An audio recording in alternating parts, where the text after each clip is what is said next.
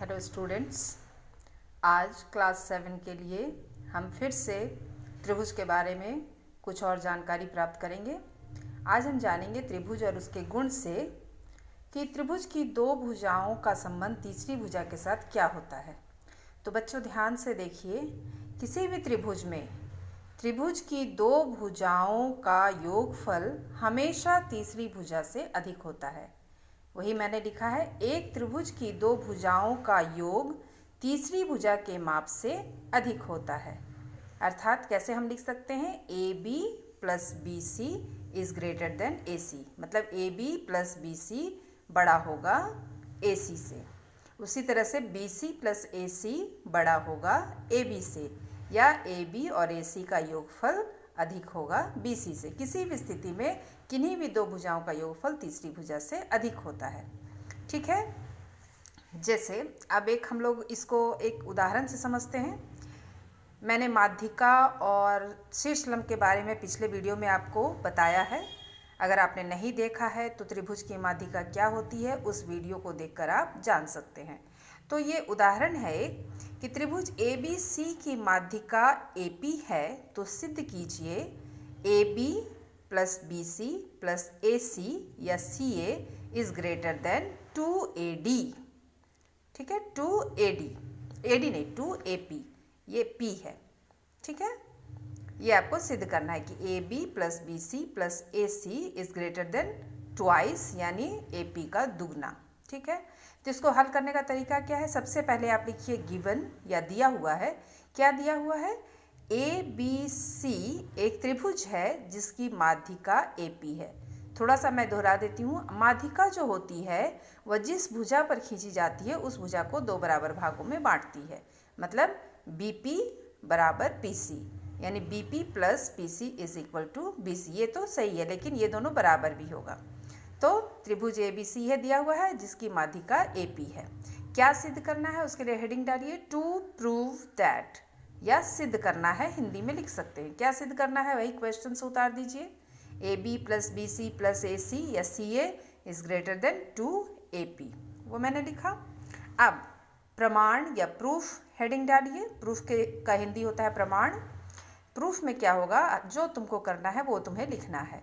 तो क्या करना है, दो बार, या यहाँ ध्यान दो कि करना क्या है, 2AP, यानी त्रिभुज को तुम देखो दो भागों में बटा हुआ है। यहाँ तीन त्रिभुज हैं कुल, एक ए बी पी, दूसरा ए सी पी और तीसरा ए बी सी।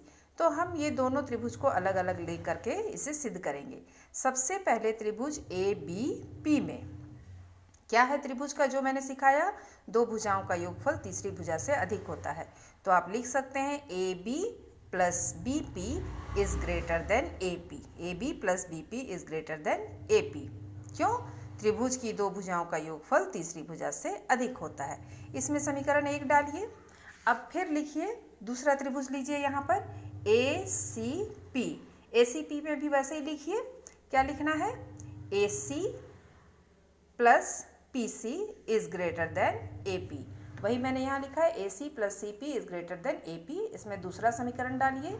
अब क्या करना है, ये जो आप पहला समीकरण ये लिखे, A B plus B P is greater than A P, और दूसरा समीकरण A C plus C P is greater than A P, इन दोनों समीकरण को जोड़िए। ठीक है, तो बाईं ओर की राशि बाईं तरफ और दाईं ओर की राशि दाईं तरफ। बाईं ओर क्या हो जाएगा, पहले वाले में A B plus B P, और दूसरे वाले समीकरण में क्या है, A C plus C P. वही मैंने लिखा है, A B plus B P plus A C plus C P is greater than, दोनों में ही ए पी था तो A P plus A P.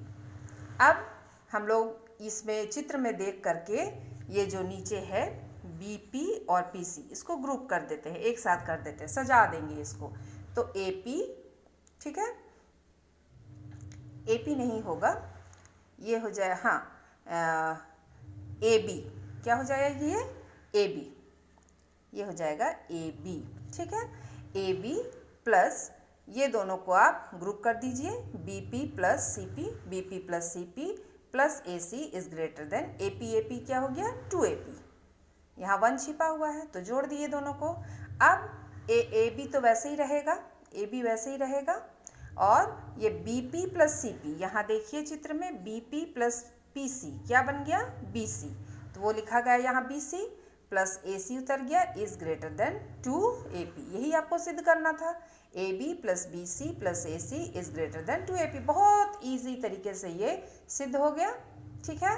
और वही बात, क्यों इन दोनों को जोड़ा, क्योंकि माध्यिका जो है भुजा को 2 बराबर भागों में बांटती है। इस तरह से ये सिद्ध हो गया।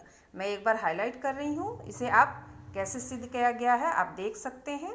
इस तरह से ये सिद्ध करने का पूरा ये है, ये हाईलाइट कर दे रही है। इसे आप बच्चे अगर आप कॉपी में चाहें तो कॉपी में अपने नोटबुक में उतार सकते हैं। इस तरह के प्रश्न आते हैं, इस तरह के संबंध से ये प्रश्न आपको हल करने के लिए आ सकता है। यही जो नियम मैंने बताया कि 2 भुजाओं का योग तीसरी भुजा से अधिक होता है, इसका उल्टा क्या हो जाएगा कि त्रिभुज में किन्हीं 2 भुजाओं की मापों का अंतर, अगर 2 भुजाओं की मापों का अंतर अगर उन्हें माइनस किया जाए तो वह हमेशा तीसरी भुजा की माप से कम होती है। उसका उल्टा है, पहले नियम का उल्टा है। पहला नियम है त्रिभुज की 2 भुजाओं के मापों का योग तीसरी भुजा के माप से अधिक होता है, और इसका उल्टा हो गया त्रिभुज में किन्हीं 2 भुजाओं की मापों का अंतर तीसरी भुजा के माप से कम होती है, ठीक है। अब एक और उदाहरण हम लोग लेते हैं इसी नियम से, पहले नियम से। तो ज़्यादातर क्वेश्चन में पूछा जाता है कि 3 भुजाओं का माप दिया रहेगा, क्या इस तरह की भुजाओं से त्रिभुज की रचना संभव है, या क्या इन तरह की भुजाएं किसी त्रिभुज की भुजाएं हो सकती हैं। तो वही आप जो नियम है 2 भुजाओं का योग अगर तीसरी भुजा से अधिक है तो आंसर होगा हाँ, और नहीं तो नहीं। जैसे अगर किसी त्रिभुज की भुजाएं 3 सेंटीमीटर, 4 सेंटीमीटर और 5 सेंटीमीटर है, तो इन मापों से त्रिभुज बनाने के लिए क्या करना होता है, कोई भी 2 भुजा लेके आप जोड़िए, अगर उनका योगफल तीसरी भुजा से अधिक है तो वो उत्तर हो जाएगा कि हाँ ऐसा त्रिभुज हो सकता है।